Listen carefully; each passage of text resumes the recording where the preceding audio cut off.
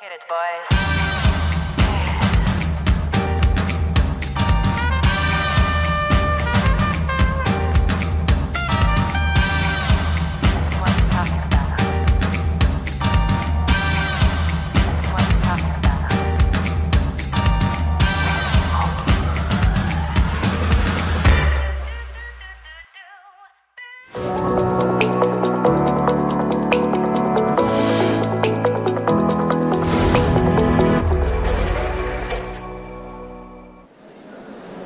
Bonjour à toutes et à tous, rebonjour pour tous ceux qui sont avec nous sur le salon. Un salon qui bat son plein, vous pouvez l'entendre, il y a beaucoup de bruit, il y a énormément d'effervescence aujourd'hui. Merci à vous de nous suivre déjà sur Insta et puis en direct ici sur cette Agora. Nous allons commencer une troisième table ronde qui est dédiée à l'expertise comptable et à la gestion. Alors, pour commencer cette table ronde, je voudrais tout de suite vous mettre dans l'ambiance. Oubliez tout ce que vous savez sur cet univers, la comptabilité, la gestion. C'est un univers qui a énormément évolué les dernières années. On n'en a pas toujours conscience et on va redécouvrir tout cet écosystème de la comptabilité, de toute la variété de jobs qui concernent ce secteur. Et on va découvrir tout ça en compagnie de Charles Basset. Bonjour. Bonjour. Alors, vous êtes expert comptable. Oui. Et Fatoumata Niakaté, bonjour. Bonjour, bonjour à tous. Voilà, vous êtes également expert comptable et commissaire aux comptes. Tout à fait. Et avec vous, on va avoir deux regards un peu différents sur ces métiers. On va parler de ces métiers, de la comptabilité, de la gestion, qui apportent aujourd'hui énormément de possibilités à la fois d'épanouissement et de carrière professionnelle. On commence avec vous, Charles.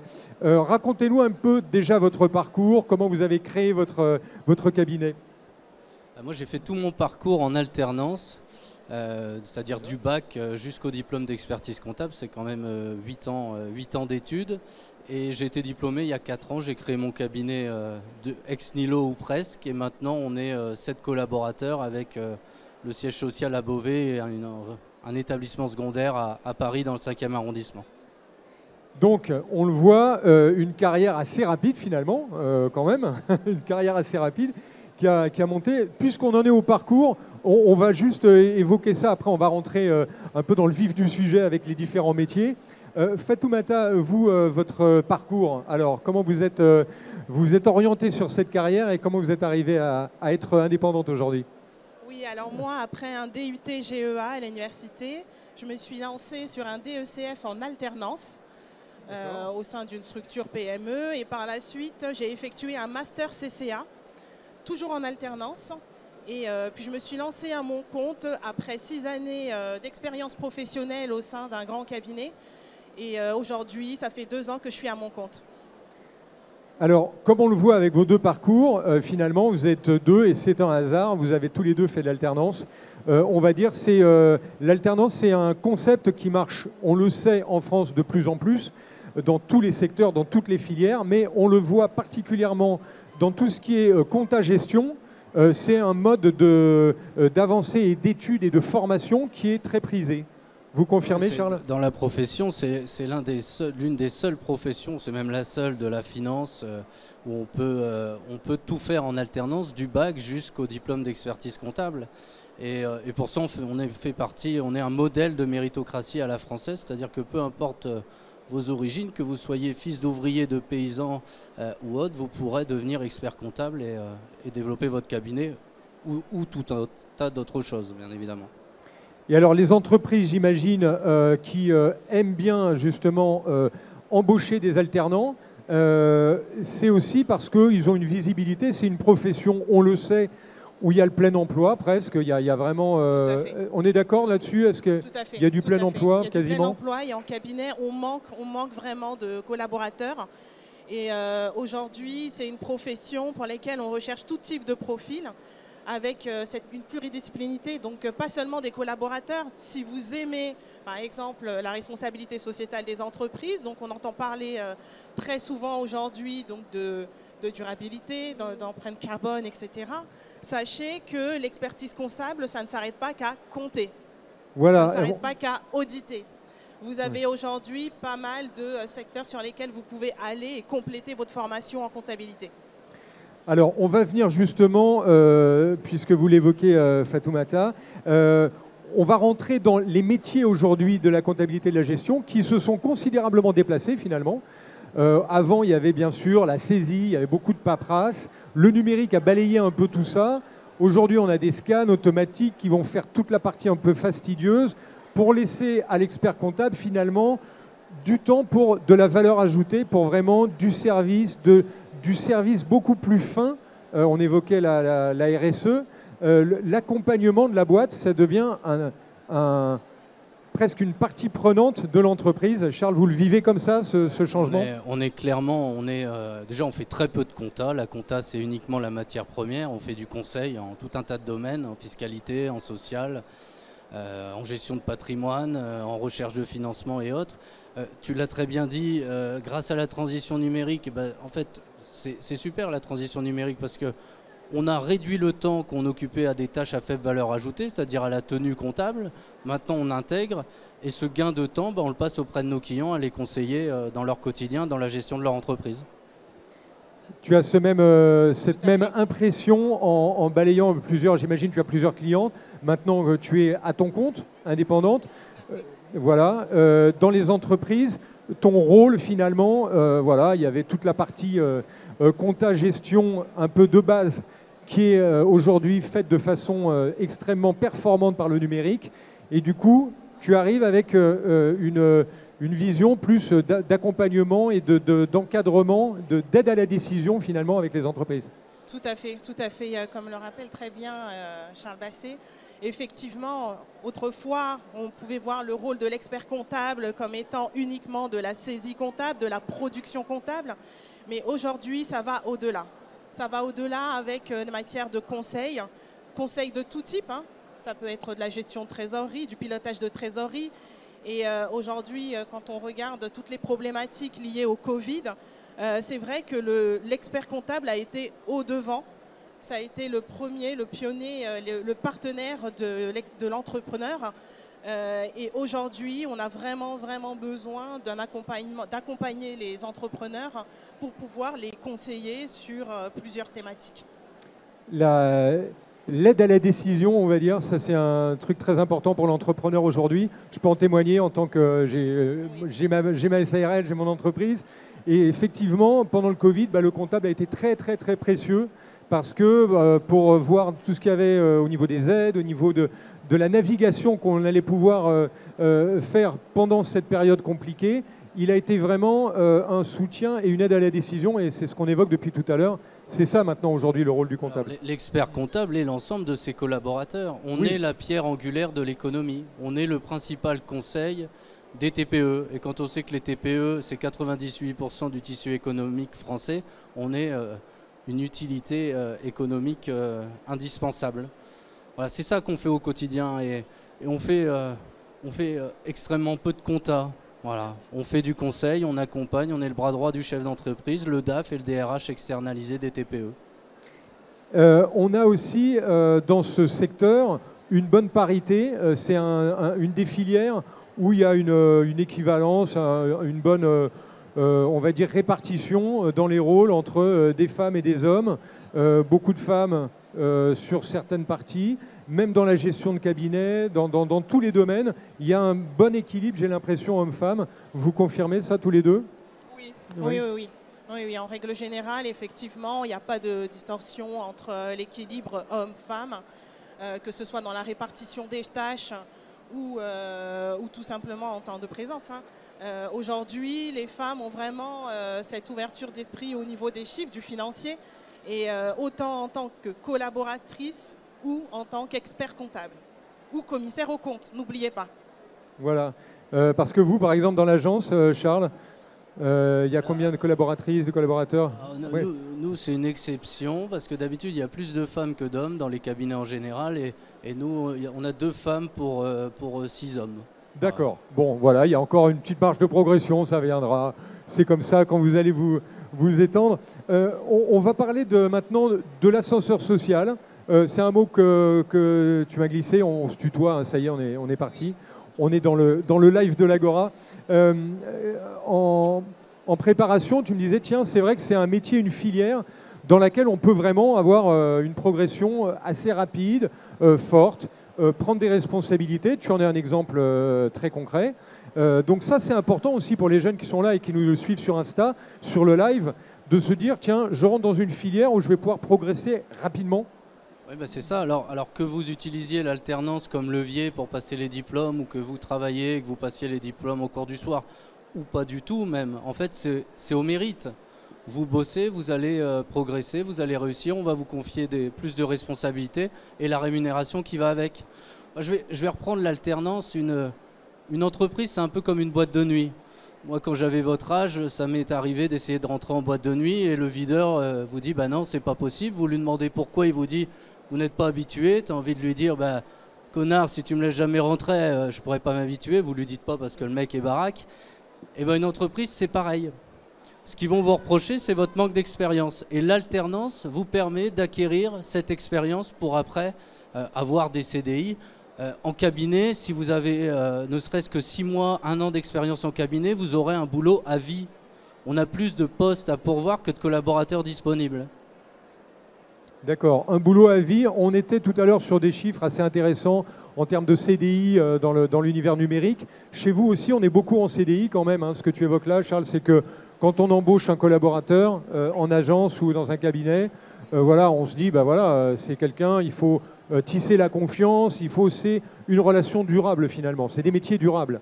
Tout à fait, tout à fait. Ouais. Et je revenais juste sur ce que tu disais, hein, Charles, c'est que moi, je vais juste vous faire un partage d'expérience. C'est que j'ai commencé en entreprise. J'ai fait mon alternance en entreprise.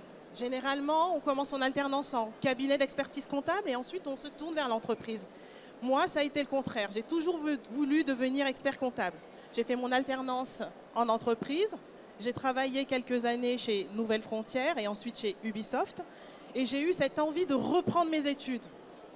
Et ça a été très facile pour moi. Donc les portes sont vraiment très ouvertes dans le monde de l'expertise comptable. Et c'est là, justement, après mon DECF en alternance et puis mon expérience professionnelle, j'ai repris mes études pour faire un master CCA en alternance dans un grand cabinet. Et puis aujourd'hui, je suis vraiment très fière de mon parcours. Alors, fierté du parcours, ça c'est beau. Quand on évoque cette évolution qui laisse quand même une liberté de se former, de reprendre des études. Quand on a ça, alors il y a des métiers où on se dit oui, c'est vrai que ça évolue très rapidement, il va falloir se former tout au long de la vie. Dans le numérique, d'année en année, l'univers est différent. La comptabilité, on n'a pas forcément cette sensation-là. Mais on s'aperçoit que vous avez énormément de technologies. On peut parler des outils aujourd'hui qui ont énormément progressé. Concrètement, dans la gestion aujourd'hui, quelle est la part de numérique et quelle est la part de, je dirais, de travail Est-ce qu'on est sur du 50-50 ? Par exemple, quand on traite la comptabilité d'une entreprise, aujourd'hui, il y a une grande partie qui est faite de façon numérique, j'imagine, Charles. Et on est plus des intégrateurs de données que de la saisie comptable, hein. Donc on est totalement numérique. Alors ce qui n'empêche pas que, c'est pour ça qu'il ne faut pas avoir peur de l'intelligence artificielle, parce que ce que nos clients attendent, c'est aussi quelqu'un qui les soutienne et qui les accompagne. Et autant l'intelligence artificielle, elle est là, elle arrive progressivement mais sûrement. Par contre, l'émotion artificielle, elle n'existe pas. Et pour ça, on a un rôle indispensable. L'intelligence émotionnelle. L'intelligence émotionnelle, ça on en parle, c'est une valeur importante. Si on parle des qualités, des atouts qui peuvent être facteurs d'épanouissement, une personnalité qui se dit tiens, c'est vrai que j'ai pas mal de qualités pour aller dans ces métiers-là.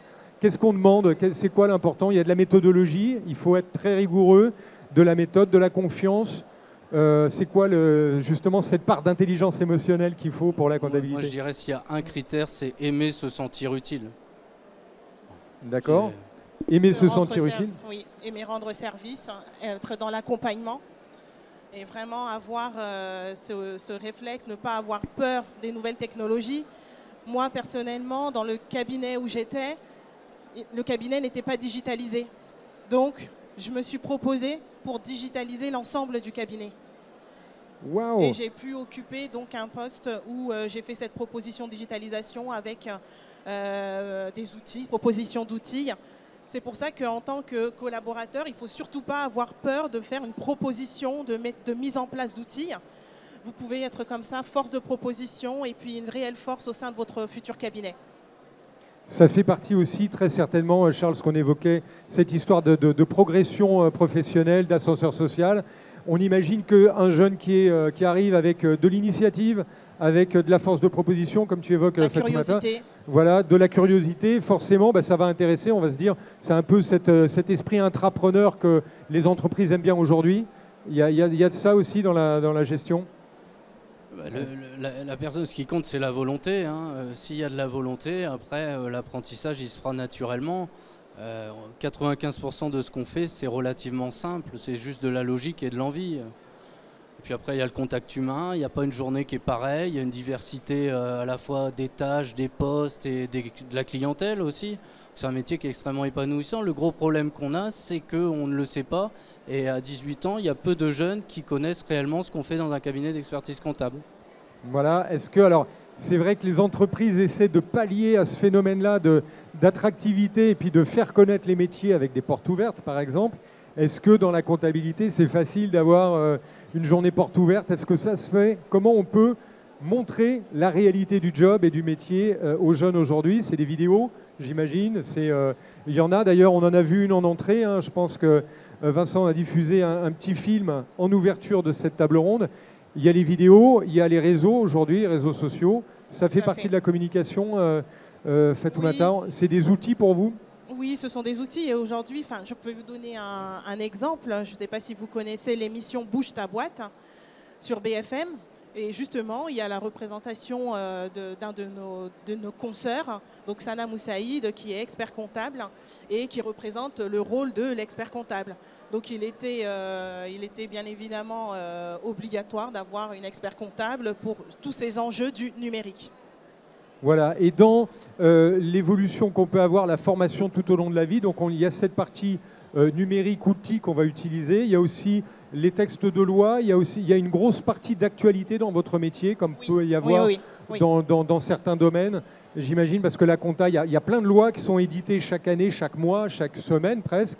Il faut se tenir au courant, c'est une partie importante du job, ça, et qui valorise l'expertise aussi, j'imagine. Charles, un mot après. Mais... C'est une grande partie du job, mais en même temps, on est obligé de se tenir informé. On est obligé de se tenir informé, mais en même temps, ça coule de source. Donc, en fait, ça devient une habitude pour nous. On ne le voit pas du tout comme étant une tâche. Et puis, on a des éditeurs qui travaillent très bien sur les sujets. Et on a des résumés. Donc, moi, je sais que je suis abonnée à une revue. Je reçois... pas mensuellement, on a effectivement les récapitulatifs, mais hebdomadairement, il y a justement effectivement les mises à jour de textes de loi et des réflexions sur certains sujets. Base de données aussi importante, j'imagine, Charles, dans l'agence, qui se partagent. Oui, on se spécialise au sein de nos cabinets d'expertise comptable dans certains domaines, mais je crois que la période qu'on a vécue et qu'on est en train de vivre a été riche en modifications de décrets, donc il a fallu être extrêmement... réactif, surtout au premier confinement, parce que rien n'était prêt, on ne s'attendait pas à ça. Et les aides, les décrets qui sortent, un décret rectificatif, des modifications, c'était assez sport, mais notre sentiment d'utilité est enfin reconnu à sa juste valeur. J'imagine, parce que vous avez été les premiers vers lesquels on s'est retourné. Tout d'un coup, le chef d'entreprise, il était là. Waouh, comment on fait pour appliquer toutes les nouvelles réglementations, le confinement, le télétravail, tout ça? Bim, qui a la solution, qui a la réponse? L'expert comptable. L'expert comptable, allô, aidez-moi à voir où je vais dans les prochains mois, quoi. Ça a été ça. Donc il y a cette partie vraiment aide à la décision, accompagnement, conseil qui se développe de plus en plus. Est-ce qu'après, on a d'autres facettes du métier? Tu évoquais, Charles, tout à l'heure, tout ce qui est gestion de patrimoine, sur un accompagnement presque plus personnel de certains dirigeants, de certains salariés, collaborateurs de la boîte. Il y a cette dimension-là aujourd'hui? On a des missions extrêmement larges et c'est la richesse de notre métier, c'est qu'on doit avoir une vision à 360 degrés. Quand on traite une problématique, on doit prendre en compte l'aspect fiscal, social, juridique, patrimonial. On est là de la création de la société, son développement, jusqu'à sa cession ou sa liquidation. Et en passant maintenant, moi j'estime qu'on ne fait pas le job jusqu'au bout. Si on s'arrête au bilan de la société, il faut aller voir le patrimoine du chef d'entreprise qu'il y a derrière. Parce que bien souvent, nous, c'est des TPE, donc c'est l'outil de travail de toute une famille.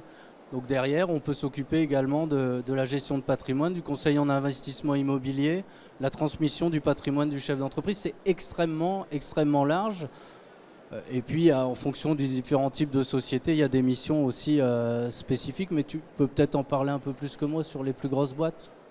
Oui, pour les plus grandes structures, effectivement, il va y avoir des missions qui vont toucher des restructurations d'entreprises, par exemple. Donc là, on ne va pas parler du patrimoine de l'entrepreneur, mais voilà, des sujets qui sont assez intéressants, qui vont aller jusqu'à une transformation, par exemple, j'en parlais tout à l'heure de RSE, mais une entreprise qui veut mettre un pied dans la responsabilité sociétale des entreprises. Ça, ce sont des missions de conseil qu'on développe actuellement et qui nous font sortir du cadre de la comptabilité ou encore de l'audit. Donc voilà. On a très peu parlé donc, de l'audit, mais il faut savoir que sur la branche expertise comptable, vous pouvez également vous tourner vers l'audit légal. Alors l'audit légal, quelques mots justement pour montrer ce champ de compétences et de travail. Alors il faut savoir que l'expert comptable, finalement, ce n'est pas une obligation pour une entreprise de recourir à un expert comptable, alors que l'auditeur légal, donc le commissaire aux comptes, on recourt à un commissaire aux comptes lorsqu'on a atteint certains seuils au sein d'une entreprise. Donc voilà, le commissaire aux comptes, il est sous l'égide du ministère de la Justice et l'expert comptable, lui, sous le couvert du ministère de l'économie. Donc voilà. De l'économie, exactement. Alors, vous avez, comme tu le disais Charles tout à l'heure, un regard très panoramique sur les PME aujourd'hui, puisque c'est l'essentiel de la clientèle comptable comme ça de cabinet. Comment ça s'est passé, cette période un peu délicate qu'on a passée? Finalement, ça a été compliqué, mais on se rend compte qu'on s'en sort quand même pas trop mal par rapport à l'impact assez massif qu'il y a eu sur l'économie. C'est quoi le regard que vous avez à 18 mois? Alors pour l'instant, j'ai envie de dire ça va. Voilà, jusque-là... Jusque-là, tout va bien. Je pense que jusqu'en juin prochain, ça ira aussi. Si vous voulez, il y a eu des aides massives qui ont été faites. Notre tutelle et nos gouvernants ont fait le nécessaire pour aider l'ensemble des entreprises. Maintenant, on va passer d'une aide massive à une aide spécifique. Et là encore, pour calculer cette aide spécifique, on a besoin des experts comptables. Après, le premier confinement, c'était assez fort en couleur parce qu'on a vu des clients, par exemple, je me souviendrai toujours des clients de BTP complètement aux abois chez eux en disant qu'est-ce que je vais faire? Déjà, Robert, tu vas couper BFM et puis t'inquiète pas, on est là, ça va bien se passer. Ouais. Et puis après, les aides sont arrivées au fur et à mesure et l'intégralité des entreprises a été aidée comme il se doit. Ce côté accompagnement, on avait noté aussi dans la préparation, ce côté DRH externalisé. Il y a toute une fonction aujourd'hui, toute une partie dans cet accompagnement.